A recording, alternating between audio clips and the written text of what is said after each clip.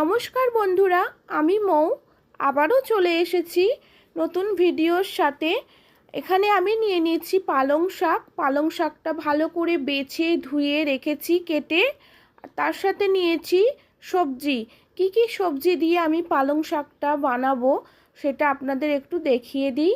এখানে কেটে রেখেছি আলু, শিম, বেগুন, আর সাথে নিয়েছি বড়ি, আর দুটো শুকনো লঙ্কা, তিনটে কাঁচা লঙ্কা নিয়ে নিয়েছি। এই উপকরণগুলো দিয়েই আমি পালং শাকটা রান্না করে দেখাবো। পালং শাক আর মাছের ঝাল করে দেখাবো। আপনারা সকলে সাথে থাকবেন। ভিডিওটা যদি ভালো লেগে থাকে তাহলে লাইক কমেন্ট করে চ্যানেলটা সাবস্ক্রাইব করে পাশে থাকবেন। কড়া বসিয়ে দিয়েছি উনুনে আর গ্যাস জ্বালিয়ে দিয়েছি। কড়াটা গরম হলেই আমি সর্ষের তেল দিয়ে দিচ্ছি। পুরো রান্নাটাই আমি সর্ষের তেলেই করব। সর্ষের তেলে করলে খুব টেস্টি হয়। আপনারা যে কোনো তেলেই করতে পারেন, কোনো সমস্যা নেই। আমি বড়িটাকে ভালো করে ভেজে নেব। লাল লাল করে ভাজাও হয়ে গেছে। এবার তেল ঝরিয়ে আমি তুলে নিচ্ছি। বড়ি ভাজার অবশিষ্ট তেলেতেই আমি পালং শাকের রেসিপিটা রান্না করব। আর এখানে বেশি তেল লাগে না পালং শাক তৈরি করতে। আমি শুকনো লঙ্কা ফোড়নে দিয়েছি, আর দিয়েছি 5 ফোড়ন, কাঁচা লঙ্কা চিড়ে রাখা। এই উপকরণগুলো দিয়েই আমি পালং শাকের রেসিপিটা তৈরি করব। দেখে নিন। আর এবারে আমি সব সবজিগুলো একে একে দিয়ে দেব এই তেলের মধ্যে। সবজিগুলো ভেজে নিলে ভালো হয়, টেস্ট হয় বেশি। তো আমি শিম, বেগুন, আলু সব কিছুই একটু ভেজে নেব। দেখতে থাকুন। লবণ দিয়ে দিলাম যাতে সবজিটা নরম হয়ে যায়, সেই কারণে। এবার নেড়ে চেড়ে ভেজে নিচ্ছি। সবজির মধ্যে আমি আলুটাও অ্যাড করে দেব। এই ছোট্ট চ্যানেলটার ভিডিওগুলো যদি আপনাদের ভালো লাগে, নতুন বন্ধুদের উদ্দেশ্যে বলছি, চ্যানেলটা ভিজিট করে ভিডিওগুলো যদি ভালো লাগে চ্যানেলটা সাবস্ক্রাইব করে লাইক কমেন্ট করে পাশে থাকবেন। খুব বেশি ভালো লাগলে একটা শেয়ার করে দেওয়ার অনুরোধ রইল। আর পুরনো বন্ধুরা তো সবসময় সাথে আছেন, কিছু বলার নেই। এইভাবেই সবাই সাথে থাকবেন, পাশে থাকবেন। আমি সবজির মধ্যে হলুদ দিয়ে দিয়েছি। সবজিটা আমি খুব ভালো করে ভেজে নিয়েছি। এরপরে পালং শাক অ্যাড করে দিলাম। আর পালং শাক খুব নরম, তো তাই বেশিক্ষণ সময় লাগে না রান্না হতে। শুধুমাত্র সবজিগুলো যদি সিদ্ধ হয়ে যায় তাহলেই কিন্তু রান্নাটা কমপ্লিট হয়ে যায়। আর একবারও এরকম করে বানিয়ে খেয়ে দেখবেন। খুব সাধারণভাবে, সিম্পলভাবে নিরামিষ পালং শাকের রেসিপি। এতে কোনো মশলা কিছুই নেই, না জিরে আছে, না ধনে গুঁড়ো, লঙ্কা গুঁড়ো কিছুই নেই। সাধারণ একটু ফোড়ন দিয়ে সবজিটা কিন্তু দুর্দান্ত টেস্টি হয়েছিল। কারণ আমি তো খেয়েছি, তারপরে ভয়েসটা দিচ্ছি। খুব ভালো হয়েছিল। আর আমাদের বাড়িতে সকলেই খুব ভালোবাসে পালং শাকটা খেতে। একটু সামান্য জল অ্যাড করে দিলাম। সব কিছু সবজি নেড়ে চেড়ে আমি কিন্তু একটা ঢাকা চাপা দিয়ে দিয়েছিলাম। খানিকক্ষণ পরে এসে ঢাকাটা খুলে নিয়ে দেখছিলাম সবজিগুলো সিদ্ধ হয়েছে কি না।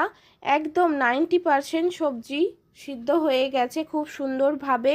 এবার আমি এর মধ্যে ভেজে রাখা বড়িগুলো অ্যাড করে দেব। ভেজে রাখা বড়ি খানিকটা আমার পেটে চলে গেছে, আর যেগুলো ছিল সেগুলোই আমি সবজির মধ্যে দিয়েছি। কারা কারা এইরকম কাণ্ড করো অবশ্যই কমেন্টে জানিও। আর ঢেকে দিলাম। খানিক পরেই ঢাকাটা খুলে দেখে নেব। সবজিগুলো খুব ভালো করে সিদ্ধ হয়ে গেছে, বড়িগুলোও নরম হয়ে গেছে। সামান্য চিনি অ্যাড করে দিলাম। আর এই সবজির মধ্যে একটু চিনি অ্যাড করলে টেস্টটা আরও বেড়ে যায়। একটু শুকনো শুকনো করে আমি সবজিটা নামিয়ে ফেলবো। এই যে আমার সম্পূর্ণ সবজিটা কমপ্লিট হয়ে গেছে। এবার আমি একটা পাত্রে সবজিটাকে পরিবেশন করছি। দেখে নিন, সবজিটা কিন্তু দেখতেও যেমন হয়েছিল আর খেতেও খুব ভালো হয়েছিল। এরকম নিরামিষ সবজি একবার হলেও বাড়িতে বানিয়ে খেয়ে দেখবেন, দুর্দান্ত হয়েছিল। এখানে আমি মাছের রেসিপি করে দেখাবো। মাছ নিয়ে নিয়েছি আমি 5 পিস। এটা হচ্ছে চাদা মাছ। পায়রা চাঁদা হয়তো বলে, আমি ঠিক মাছ ভালো চিনি না, কিন্তু এই মাছটা খেতে খুব ভালো হয়, এক কাটার মাছ। একটা কড়া নিয়ে নিয়েছি, কড়াটা আমি পরিষ্কার করে নিয়েছি, পালং শাক তৈরি করেছিলাম। এর মধ্যে সরষের তেল দিয়ে দিচ্ছি, এই রান্নাটাও সর্ষের তেলেই করব। পেঁয়াজ কুচি নিয়েছি, টমেটো নিয়েছি সাথে, আর সাথে আছে ধনেপাতা, আর আদা রসুন তো অবশ্যই থাকবে, না হলে তো রান্নাটা হবেই না। তেলটা কিন্তু আমি খুব ভালো করে গরম করে নিয়েছি, কারণ তেল গরম না হলে মাছগুলো সব কড়াতে লেগে যাবে, তাই তেলটা খুব ভালো করে গরম করে নিতে হবে। এই যে মাছগুলো একে একে আমি তেলের মধ্যে দিয়ে দিলাম, ভেজে ফিরে আসছি।